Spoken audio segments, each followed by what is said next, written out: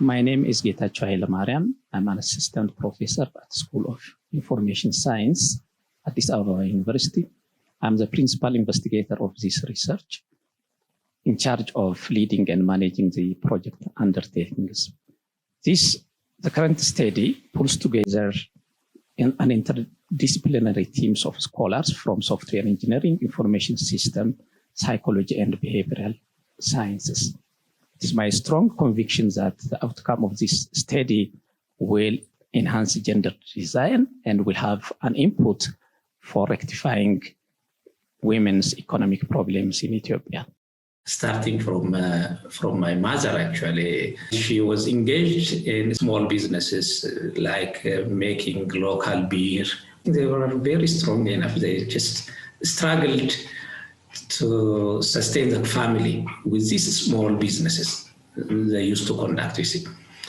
So that's my inspiration. I was wondering if they get some financial services, they could have expanded their business. They got opportunity for financial access, they could have transformed their life. Women in our community marginalized, especially the women economic empowerment is very critical. In our community boils down to the financial freedom. Women, they don't have a financial freedom. That's why I think that's the core point. So actually we were working with a bank, Innat Bank, and this is one of the banks that was established to enhance the economic problem of women. I think that's the core value of this bank. So we went through about 5 products that exclusively target women. But the sad thing we noted is, although these kind of products and services are out there, many women have no this kind of information.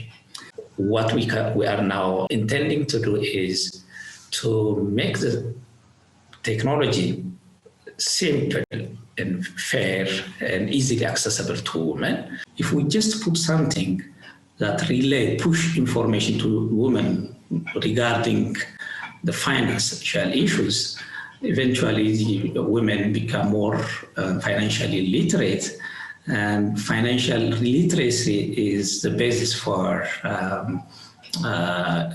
to gain access to finance, use that finance and improve livelihood. So in this case, even when we compare our conventional process of systems analysis and design, usually the methodology advocates that as much as possible, approach users, interrogate with users, get information from the users. Based on those information, develop a product. So in that process, this makes end users passive information deliverers. They provide information. In this approach, what we noted is the end users were women, they have to be a co-designer instead of switching from passive information provider, becoming a co-developer, a co-designer. I think working again in this area will be rewarding, will be, I think, important contribution for the global movement of bringing about gender equality in the entire human activity.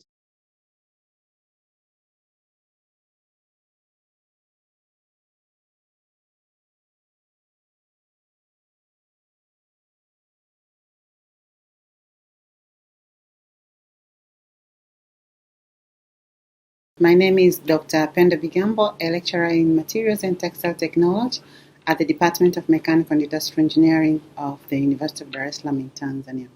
In terms of the team, we are 3 investigators. It's me who is the PI, the principal investigator. We have another one COPI, Dr. Bonea Mrango. And then we have another COPI. Her name is Ms. Safina Kimbokota. My project is about modernizing the Tanzanian batik industry. And we are doing that based on the industries, the batik industries in Tanzania, in Dar es Salaam particularly.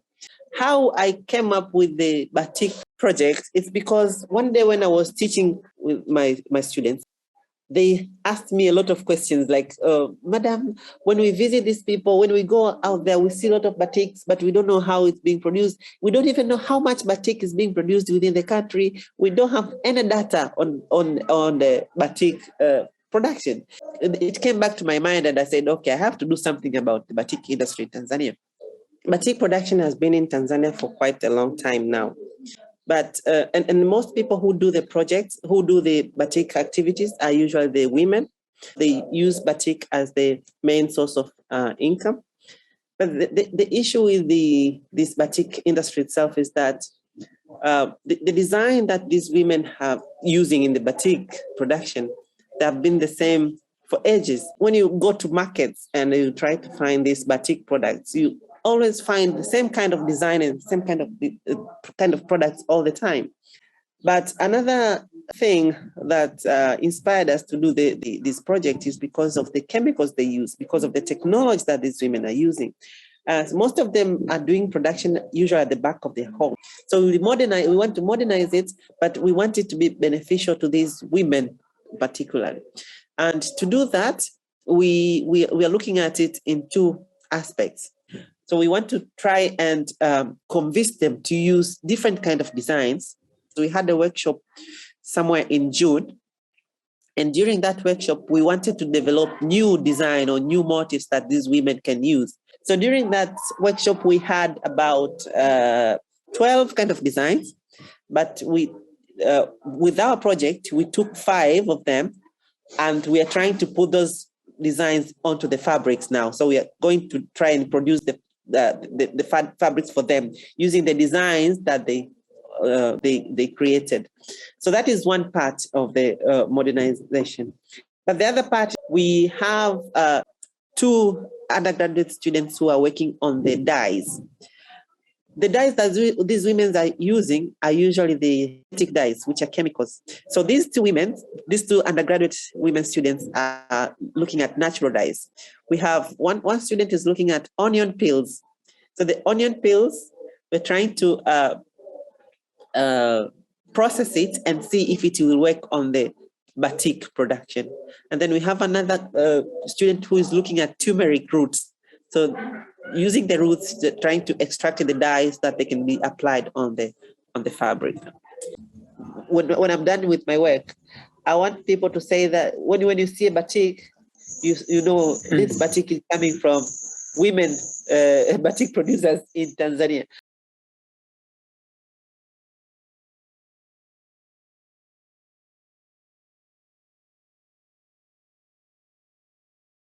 Yo soy una profesora universitaria, pero también soy una activista por los derechos de las mujeres y los derechos humanos. Y entonces estoy dirigiendo una NGO en Córdoba, Argentina, que ya tiene casi 40 años de vida. Entonces venimos trabajando en el derecho de la vivienda de las mujeres, el derecho a la ciudad, a los servicios públicos, etcétera, etcétera. Nosotros somos un equipo de arquitectas y de metodólogas y de politicólogas feministas, y nuestra aproximación al tema viene del feminismo, ¿no? Entonces la perspectiva de género es lo que está siempre presente, siempre interrogando, siempre interpelando, ¿no? Lo que se está haciendo. Entonces el proyecto que hoy nos convoca y estamos haciendo con IDRC, realmente es un proyecto para nosotras que viene a ubicarse en el tiempo y en el momento, porque empezamos a pensar los temas del cuidado en la intersección con el territorio, y ahora la pandemia del COVID-19 ha puesto en evidencia que este es uno de los temas centrales que hacen a la vida de las mujeres en la ciudad.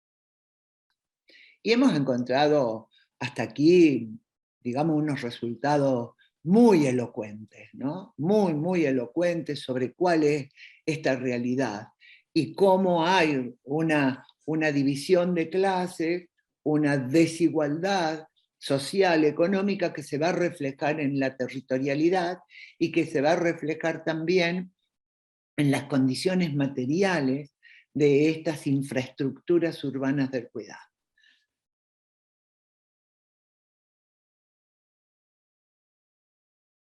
Por un lado está dirigido a la propia disciplina arquitectónica urbanista, la propia formación, para demostrar la importancia de no omitir sujetos en los diagnósticos que son finalmente diagnósticos para la política.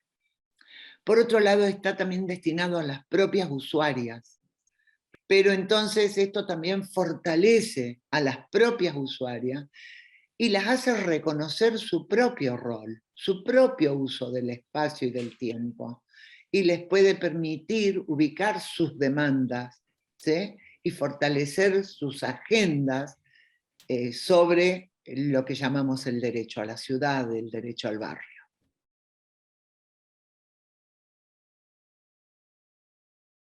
Y que ojalá tenga continuidades, que ojalá encuentre una escucha sensible a la importancia de trabajar estos temas, ¿no? A construir un conocimiento de un urbanismo de género y de una planificación pensada en clave de mujeres y de feminismo que realmente ayude a entender la importancia de esta dimensión en la disciplina y en la acción de la disciplina.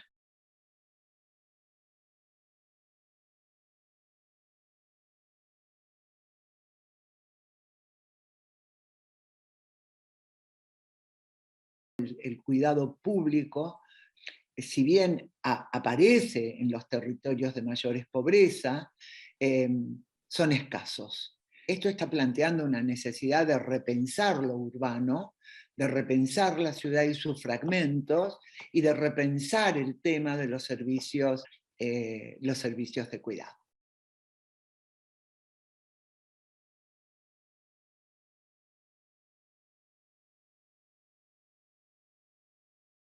De construção, a experiência em construção por integrantes femininos dos movimentos populares de habitação. Olá, eu sou Deanna Ramos, eu sou coordenadora geral desse projeto. Olá pessoal, meu nome é Amanda Azevedo e eu falo do Rio de Janeiro, Brasil. Boa tarde a todas e a todos. Meu nome é Caia Lazzarini, eu sou de São Paulo, Brasil. Pessoal, meu nome é Jéssica Lima, eu sou graduada em Engenharia Civil e de Produção. Olá, saudações. Eu sou Eva Rolim Miranda, designer. Saudações, meu nome é Flávia Araújo, sou arquiteta urbanista formado pela Universidade Federal do Pará, na Amazônia. Olá a todos e a todas, eu sou a Bruna Mendes. Então, os canteiros, né, os espaços que a gente vai trabalhar de campo, eles surgiram a partir do próprio trabalho das pessoas da equipe. Então, como as pessoas, como eu te disse, são de lugares diferentes, acarretou também ser canteiros em lugares diferentes. O campo tem um quilombo, né? Então, essa questão vinculada a uma tradição de afrodescendentes, né? Numa área meio rural, né? Praticamente rural, com uma cultura muito própria, assim, de cotidiano. A gente tem o pessoal, as mulheres lá na Resistência, numa favela no Rio, numa área urbana, apesar do lugar ser periférico, ter bastante característica ainda não ocupada, vamos dizer, quase rural, mas ele é bem mais urbano que os outros dois, e a gente tem essa vila de pescadores, assim, né, e pescadoras, que é um contexto mais praiano, e a gente via que, assim, a maior parte eram mulheres, e o que era muito interessante é que isso transformava o canteiro de obras, né? Porque o canteiro de obras, que é um lugar super masculino, nesse caso específico, como a maior parte das pessoas eram mulheres, chega a ser 80%, assim, a gente nunca quantificou, mas é uma coisa visualmente clara, assim, você olha, a maioria é mulher. E aí a gente via, assim, né, a gente nessa prática, a gente viu o quanto que as mulheres transformavam esse espaço e essa tecnologia da construção, né, e a própria organização de oficinas estão voltadas para pensar tecnologia e gênero. Então a gente fez uma metodologia que conseguisse discutir mais essa questão mesmo da divisão sexual do trabalho e os papéis de cada um. E eu acho que a gente conseguir sistematizar um saber que é desenvolvido, né, nas comunidades, né, um saber, primeiro que é um saber popular, muitas vezes não sistematizado. Pior ainda porque é um saber feminino muitas vezes negro, porque a maior parte das mulheres são negras que a gente trabalha. É um saber, assim, que é muito apagado, muito invisibilizado, muito não colocado como relevante, né? E como pegar esse saber, né, aliar com coisas que a gente pode contribuir enquanto arquiteta, engenheira, designer, e sistematizar, porque para ele poder ser reprodutível, né? E a gente foi construindo, e que no fim, o que a gente colocou como protótipo é um manual, né? No fundo, o manual pode ser considerado uma tecnologia, mas a gente vai estar sistematizando tecnologias diversas no manual, né?